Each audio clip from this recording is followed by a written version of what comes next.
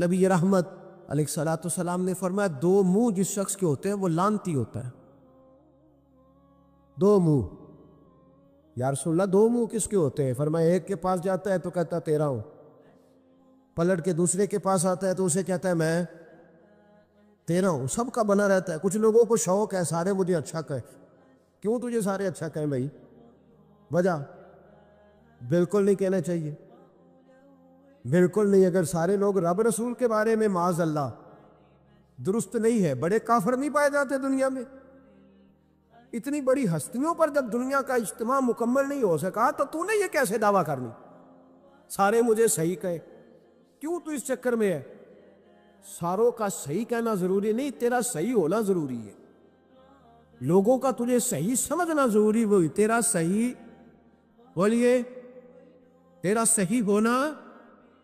مکہ تو سارا مخالف تھا، عرب تو سارا مخالف تھا۔ اب اگر بات یہی ہوتی تو پھر ابو بکر صدیق کو چاہیے تھا نا جدھر سارے جا رہے ہیں ادھر جاتے۔ انہوں نے یہ نہیں دیکھا کہ لوگ کیا کہہ رہے ہیں، انہوں نے یہ دیکھا کہ میرا ضمیر کیا کہہ رہا ہے۔ اندر دیکھے، اندر سینوں کے راز جو چھوئے، پتہ ہے صحیح کیا۔ کیوں جھوٹ کی زندگی گزارتے ہیں؟ کیوں دوگلا پالسی سے وقت گزارتے ہیں؟ کیوں ہم اس طرح کرتے ہیں؟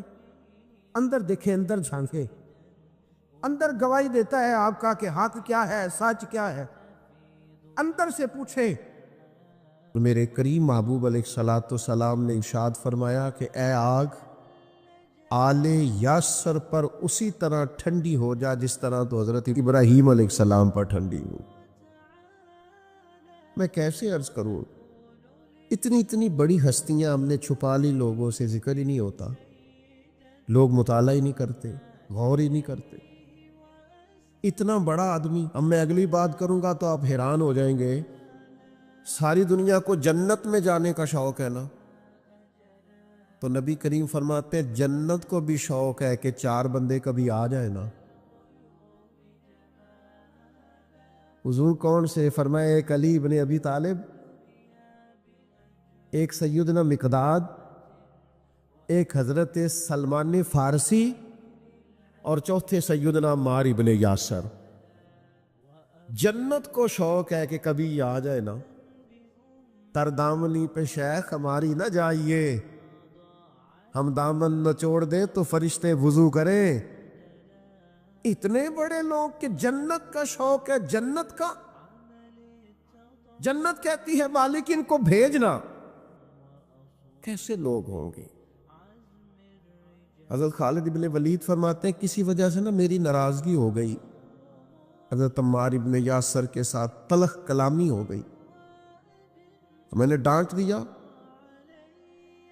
حضرت عمار ابن یاسر نے کریم محبوب علیہ السلام کے حضور میری شکایت کر دی۔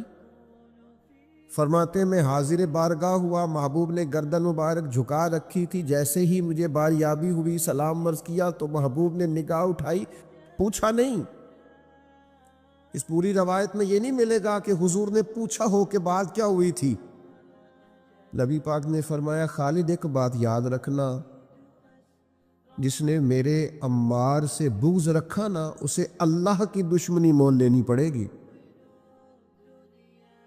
اللہ کی دشمنی، اتنا بڑا آدمی کہ ان کی ناراضگی رب کی ناراضگی بن گئی۔ لیکن ملنگوں تلنگوں باباؤں کے اس منانے والی قوم، وہی دن ایسا بھی تو آئے نا کہ ہمارے گھر میں سیدنا عمار ابن یاسر کے لیے کچھ دعا کا اہتمام ہو، کچھ ان کے لیے کسی چیز کا بندوبست ہو۔ کوئی ایسا دن بھی تو آئے نا سیدنا سلمان فارسی کی یاد منائی جائے، حضرت عبداللہ ابن عمر کا ذکر کیا جائے، حضرت عبداللہ ابن عباس کا ذکر کیا جائے۔ گلی گلی میں اس کا مخالف نہیں ہوں، لیکن یہ کہ ان کا بھی منا رہے ہو جن کا نہیں منانا چاہیے۔ ہر نکڑ میں دربار اور ہر گلی میں مزار اور ہر ایک کا عرس۔ نیرنگیے سیاست دوران تو دیکھیے منزل انہیں ملی ہے جو شریک سفر نہ تھے، جو اس رستے کے مسافر نہیں تھے، منزلوں پر پہنچ گئے۔ اور اتنا بڑا شخص جس کے بارے میں میرے کریم رسول فرمائے کہ اگر یہ ناراض ہو جائے تو رب بھی ناراض ہو جاتا ہے. اگر اس سے کسی نے عداوت رکھی تو اس نے اللہ کی دشمنی کو مول لیا. اتنا بڑا آدمی